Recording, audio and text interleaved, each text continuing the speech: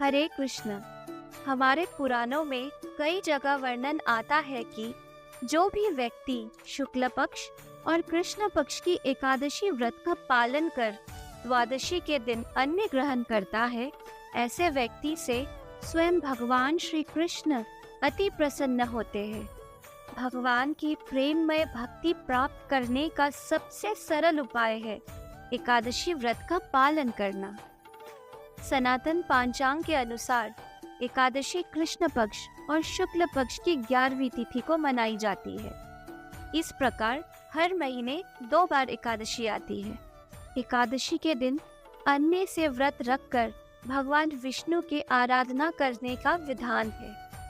एकादशी व्रत का मुख्य उद्देश्य है कि अपने मन के साथ साथ सारे इंद्रियों को भगवान श्री कृष्ण की सेवा में लगाना। यह एक ऐसा दिन है जब हम अपनी शारीरिक आवश्यकताओं को कम से कम रखकर अपनी साधना के प्रति अपना ध्यान केंद्रित करना चाहिए, जैसे कि हरिनाम का जप और कीर्तन करना, शास्त्रों का अध्ययन करना, वैष्णवों की सेवा करना आदि। पुत्रदा एकादशी का महात्म्य भविष्य उत्तर पुराण में महाराज युधिष्ठिर को भगवान श्री कृष्ण बताते हैं। इसकी कथा कुछ इस प्रकार है। प्राचीन काल में महिचित्त नामक एक राजा था जो माहिष्मती पुरी पर राज्य करता था। वे एक निष्ठावान राजा था जो अपनी प्रजा का अपने परिवार की तरह ध्यान रखता था और हमेशा धर्म के मार्ग पर चलता था। उन्होंने न कभी कोई पाप कर्म किया, न छल कपट से कभी धन की प्राप्ति की। वे दुराचार्यों को व्यापक दंड देते थे और सत्यवादी लोगों को अपने अच्छे कर्मों के लिए पुरस्कृत करते थे। लेकिन फिर भी दुर्भाग्यवश उनकी कोई संतान नहीं थी।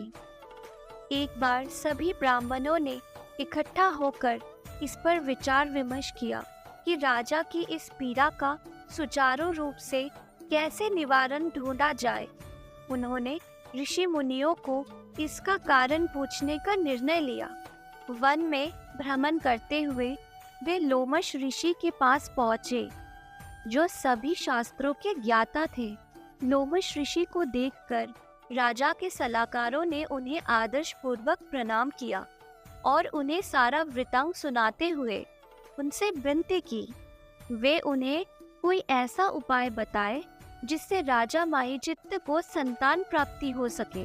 लोमश ऋषि, जो कि त्रिकालज्ञ थे, वे उनसे कहने लगे, राजा पिछले जन्म में व्यापार के लिए एक गांव से दूसरे गांव भटकते थे। एक बार व्यवसाय काम के लिए घूमते हुए वे प्यास से व्याकुल होकर एक तालाब के पास आए।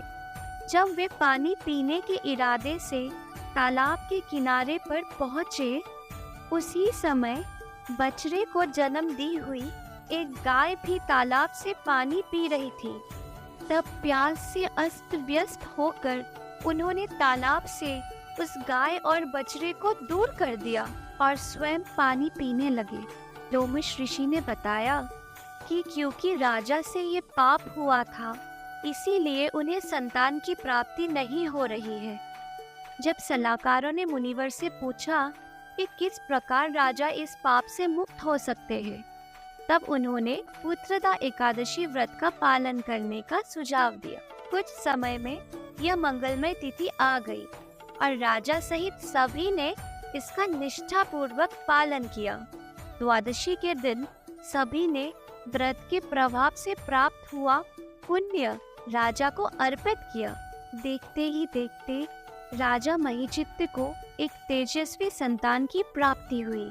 भगवान श्री कृष्ण युधिष्ठिर महाराज को बताते हैं कि जो भी इस व्रत का पालन करता है वह सभी पापों से मुक्त होकर सुख की प्राप्ति करता है। जो कोई व्रत का महात्म्य श्रवण करता है उससे निसंदेह भगवत प्राप्ति होती है। तो आए इस पुत्रदा एकादशी के शुभ अवसर का पूरी तरह लाभ उठाए। भगवान के नाम का निष्ठापूर्वक जाप करें और भगवान श्री कृष्ण को प्रसन्न करने का पूरा प्रयास करें।